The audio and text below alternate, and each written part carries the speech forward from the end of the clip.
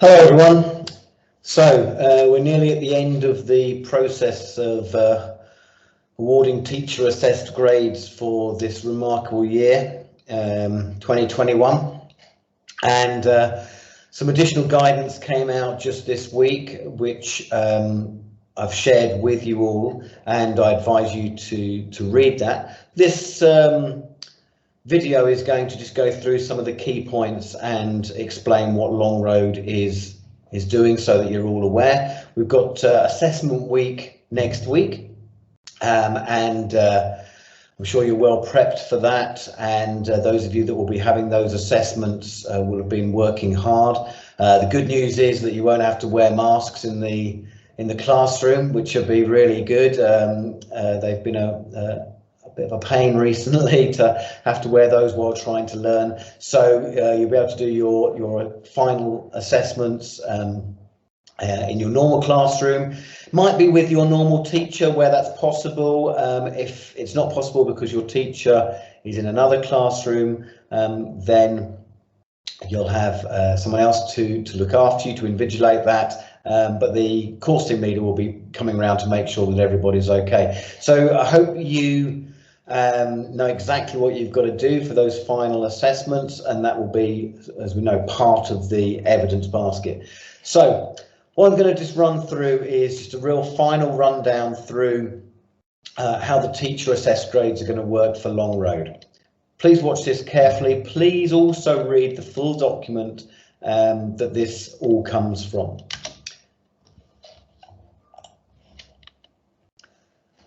Okay, so we'll start with the timeline. This has been in the pipeline for some time now, and we're in this area around May here, where additional assessments are going on, and the final point for your teachers to submit the grades is the 18th of June. That's for all subjects, GCSE, applied subjects, A-level, everything's got to be done by the 18th of June. And then we will be asked to send the grades in, and also we'll be sending in some evidence of student work and some other documents as well. We've already put our policy documents on the website and sent those through to the awarding bodies as well, and they've not come back to us with any issues regarding those, so we assume that they are happy with the process that we are using. The exam boards during July will be looking at all of our results, contacting us if they've got any concerns, and then the results will come out on the 10th and the 12th of August, which is a little bit earlier than in normal years, to allow for any checking and any other issues that come up before people go off to university or start jobs, etc., etc. So that's sort of where we are. As I say, this document, which I've sent around to you all, came out this week from Ofqual. It's the student guide to awarding grades in the summer. It's on our website in the exam pages, along with our policy and all the other documents that I'm going to mention in this talk as well. So there's nothing hidden there. If you know, I'd really advise you to go through, certainly read this document through carefully, share it with your parents, make sure that you understand it. I'm just going to pull out a few of the big sort of messages and the sort of interpretation of them for you. So as we already know, and this slide is familiar, that we have to use a basket of evidence in order to give you a teacher assessed grade, and that evidence basket is going to vary from subject to subject, depending on whether you've had coursework, depending on whether you've had you know, a lot of different types of homework, might improve the key assessments. So what we know, exactly as we said before, is that it's holistic. And what do we mean by holistic? It means that your teachers have got to look at all of that evidence together for you as an individual and consider how it stacks up against the grading criteria, the descriptions for what an A grade student in chemistry is expected to be able to understand, to do, and to know. They've got to make that judgment using all of the evidence that they have shared with you. It is not going to be a formula, it's not an algorithm, it's an overall holistic judgment. Your teachers, as I've said before, are very, very experienced in knowing how your work stacks up against work of students in previous years that have got similar sorts of grades. And that's really fundamental. The grade that you're awarded, it states in the document, should be no harder or easier than in a normal year.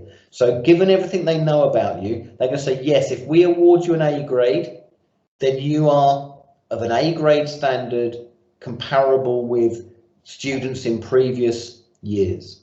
And that's really important because you're going to have that on your certificate, and employers and universities and anybody that looks at those certificates needs to have that assurance. They don't want to say, oh yeah, but that was a COVID year, that was an easy one. Your A is not as valuable as somebody else's A. Your B is not as valuable as somebody else's B. They've got to have assurance that that grade means the same. But we've got more scope to be able to award it. It's not going to be on that final exams, completely unseen exams. So in that basket, as we know, there might be a number of different things. Maybe the key assessments, certainly the work you're doing during assessment week, the coursework that you've done, maybe some of the homeworks, maybe some of the classwork and tests, and it can be from anywhere on the course. But as it says in the documentation, really it's about the point that you reach at the end of the course, and so more recent work will be given a higher sort of weighting when we're looking at that basket. What we have got to make sure we do is to cover all of the assessment objectives that are in the syllabuses, in the specifications. So your teachers have got to make sure they've got evidence across all of the things that the grade descriptions cover. Then we weigh the basket, and your teachers will be having discussions with the course team, with other teachers, and really making sure that they're being comparable between different students. So what one teacher sees as being a B grade, the other teachers in the course will also be seeing as a B grade. That's a really important part of our work, making sure that we're moderating and standardizing across the teams so that no teacher is more generous or more harsh than anybody else. And that's going to take us a little while to do, and they're going to do that as soon as all the evidence has been collected. So exactly as we said before, the guidance says that you should consider, or we should consider, different types of evidence in slightly different ways. The high level of control, those assessments that were done in quite strict conditions, past paper questions using mark schemes, those are going to have more weighting, more heft to them than maybe a homework task that wasn't a past paper question, where you had as much time as you needed to do it in, etc., etc. So your teachers will be sharing with you the sorts of assessment that are in each of those categories for your subject, and saying this is what we're going to be looking at as a course team. And it is clear in the guidance that all of the students should be looking at the same evidence base. So each class, each teacher, each student should have the same basket roughly. So that's the aim. If a student has not been able to complete an assessment because they were ill, for example, then a teacher might say, okay, I don't have that piece of evidence for this student. I'm going to swap in something else, or I'm going to take the evidence from elsewhere. But they're going to have to record that, so because the exam boards want to know whether students all had the same evidence or whether there were exceptions made. So they will make a note and say, this student, I made an exchange of evidence compared to what I've written down on that assessment record for the whole cohort. We also have to provide authentication that that work is your own. So we will be asking you to sign just as a matter of course to say, yes, all the work I've handed in over the period of the course, everything I've done has been my own work. There wasn't a piece of homework that I handed in that I had a personal tutor do, or I'd copied from the internet or something like that. It is genuinely represents what I can do. So we're going to ask you to complete and sign a form, a fairly simple form, and it's also an opportunity on this form for you to acknowledge that you understand what that evidence base is, and that you let us know of any real problems that you've had over the course of the last year or so that you want your teachers to be aware of. So you've got a form here where you can put that down. This is taken from page 7 of the document. Here it says your college will decide which evidence to use, and they will tell you which bits of work will be used towards the grade, and you'll have the opportunity to raise any genuine and valid concerns. I'll also point out under there that it does say, again, this is taken straight from the document, that you shouldn't try to put any pressure on teachers on what those grades might be, and we would have to record that as well if that was the case. So that's a form we're going to ask you to fill in and sign, and we'll keep that with the evidence of your work that you've done. And again, should the exam boards ask us for that sample, and they will be asking us for samples of student work, we'll be able to give them the full record. We'll say, this is what this course evidence was, this is the evidence that the students submitted it and it was their own work, this is the evidence that they had the additional support that they should have had, and this is the evidence that we've taken into consideration anything else that the student wanted us to know. So it's all wrapped up there, and we want to get this information from you now, not later when you feel that your grade might be wrong. So we want to make sure that you raise any concerns now that we can deal with before we put the grades in, so that we know and you know that everything has been taken into consideration. So on that form, it talks about reasonable adjustments and special consideration.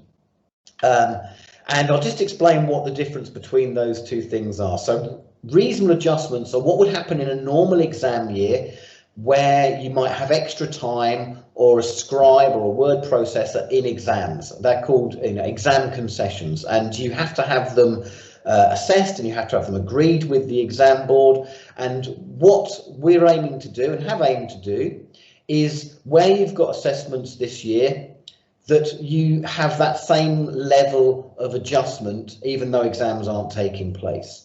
So we've aimed to at least offer you those. If you have said you don't want to use them, then that's your decision. But where you've been entitled to them, we've tried to make sure that for certainly those bigger assessments, you've had those available. If you haven't been able to have those available, or that you for any part of that assessment basket, then your teacher will take that into account when determining the grade. i.e. they will look at the work that you do with the support and treat that more seriously than work that you did when you didn't have the support. Okay, so that's what they'll do. They'll say, okay, this is the work that this student can do when they have the support that they are eligible to receive.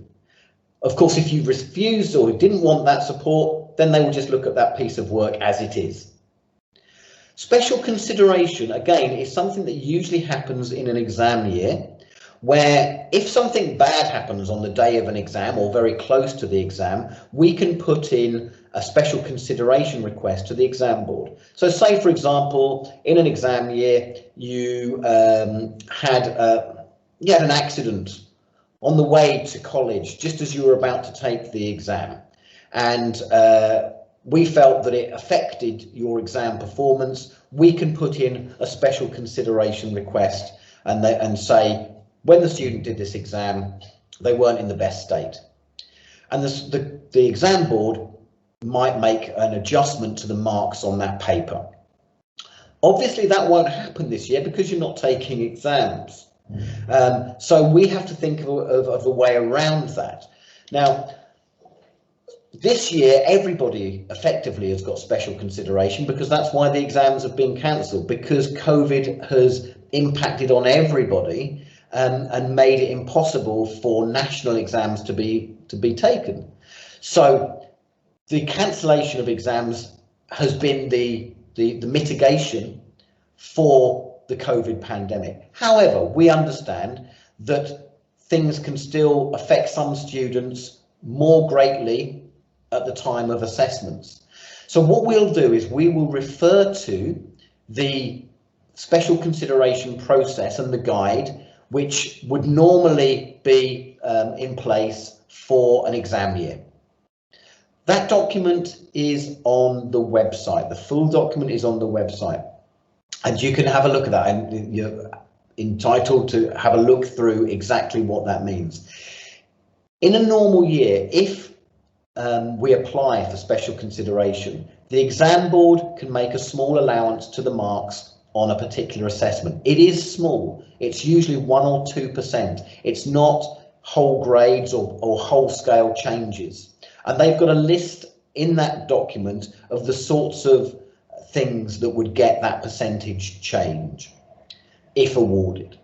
So your teachers will consider, if you raise it with them, they will consider when they look at their assessment evidence basket, if they think that they would do the same sort of thing. Would they give you a few more marks on a piece of work because they know of something that happened? Like I say, maybe you're on your way into college next week, you're cycling in and you have a near miss car accident, heaven forbid.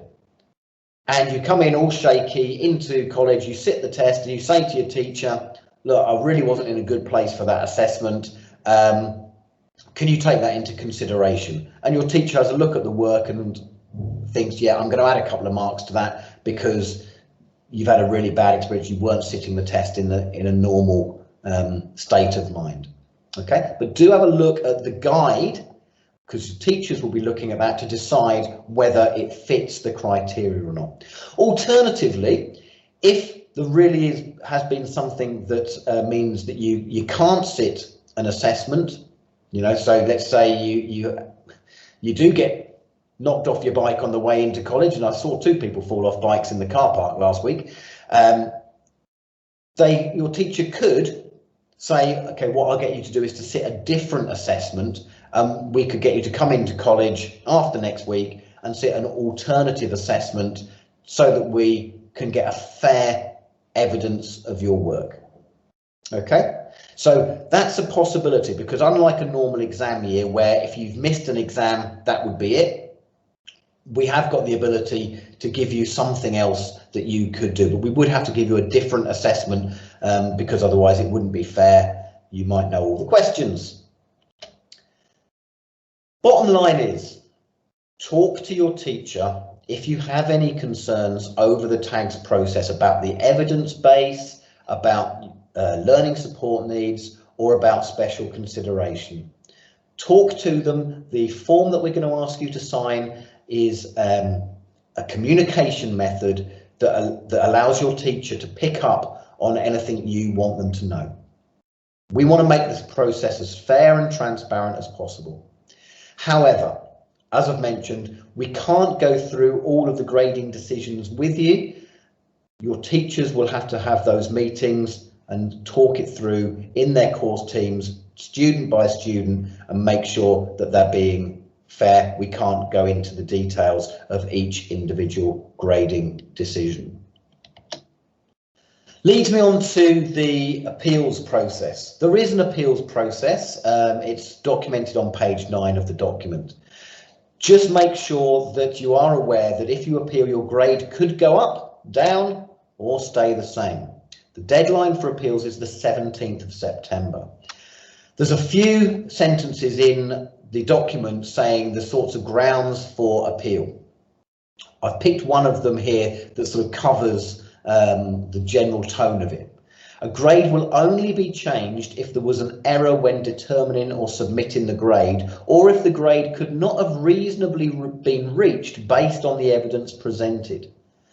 That's quite the key sentence. So it's saying the grade could change if there was an error, i.e. your teacher had given you a B grade, but when the grade was put into the online system that we have to do for exams on a drop-down menu, it accidentally went in as a C grade, and we would go back and say, oh no, we meant that to be a B grade, it's just it's an administrative error, and we will get that changed.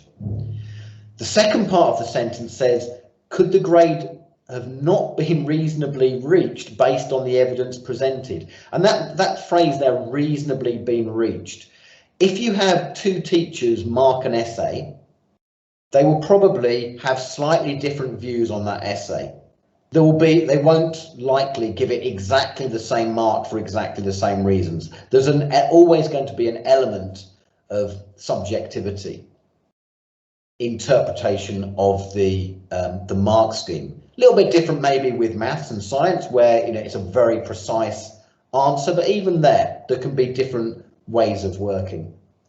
So reasonably being reached, and this happens every year with exam boards, is there's what they call like a margin of error or tolerance. It means that yes, both of those teachers' views could be reasonable actually, and the reason that we're going to be having those grading meetings with the staff is that teachers will be arguing about this for their own students within the team, and they will all be coming to an agreement on the grades for each student.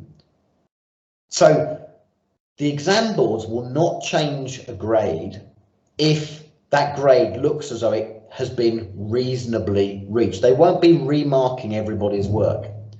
They can't, because the work in the evidence basket is from the whole course, and some of it might not even be available anymore.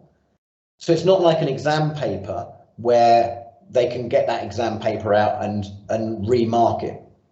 And even then, there's a tolerance of when they would change the grade. Someone wouldn't mark it and they would just give it that grade. So I think that's really important to realise, that if the exam boards think that the grade looks reasonable, given the evidence basket, given the sample of work that we've sent in that matches that evidence basket and the grade descriptors, then they won't change the grade. The main appeals process will be looking for any of those sort of admin errors, to be honest. So there will be an appeals form on the college website after the results come out, if you want to put that appeal in, and there are three levels to that. One is for us to check for an admin error, as I've described. The second level is to appeal to the awarding organisation, which would be to effectively say you think that the evidence base and the process that Long Road has followed has not been correct, that we haven't followed the guidance and that the evidence base wasn't robust and didn't fit with what they had asked for, because it's the awarding organisation, the exam boards, that have set out the rules for the evidence base, which we've followed, or we think we've followed, we hope we've followed. But if you wanted to appeal and say, no, I don't think they have, here's my reasons for thinking that Long Road hasn't followed that evidence base.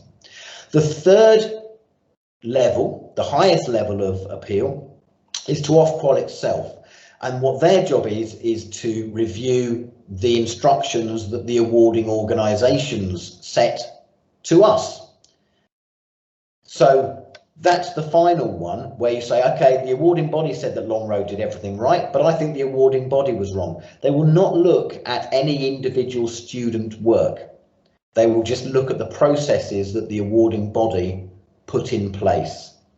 So they won't, it's unlikely, it says in the document, that grades will change. Actually, what they might do is they might give the awarding organisation, the exam board, a sort of a telling off for not setting good enough rules in the first place. But those are the three levels of appeal.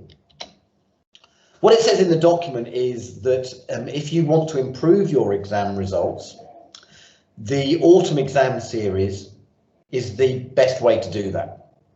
That you can sit a series of exams in October for A-level, November and December for GCSE, and that exam is a standalone exam.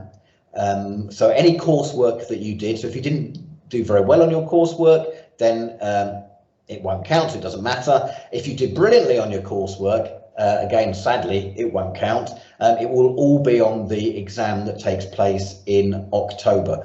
The only exception is for art and design qualifications, where there will be a task set and marked by the exam board, and we await details on that. So that's the autumn exam series, which is the, if you like, the safety net. We had a number of students last year that did do those. Around about a third of them went up, a third of them went down, and a third of them stayed the same, those that took the autumn exams. You would get the highest grade. So whatever the result of the autumn exams, if it's lower than the tag that your teacher gave you, you'd keep the tag. If it's higher in the autumn, you'd take the higher grade, and you'd be able to get a certificate that has the combination of whatever the highest grades were from the tags or the autumn exams. So that's quite good. At least there's not a risk there that if you took an autumn exam, you could go down. So that's quite good. Okay, finally then from me, if you've got problems, if you've got concerns, do email me. You know, some students have emailed me and said, I'm not sure about this. I'm happy to talk to everyone. Our aim is to make sure that you finish your time at Long Road happy with the process, confident that we're doing the best by you, and that you trust your teachers to get you the best grade that the evidence enables them to give you. That's what they're all trying to do, and I'm sure you'd agree that they've been trying to support you in doing that over the last few weeks. We all want you to get the best grade that we're allowed to give you through all of this quality process. But if you've got issues, talk to your teacher first. You can also email me. Quite happy to have conversations with people. Do read the documents, all the documents, but particularly the one that I've just sent out, which is the student guide. And good luck in those last assessments if you've got them next week or the week after. You know, do your best on those, and then enjoy a really nice long summer. Thank you.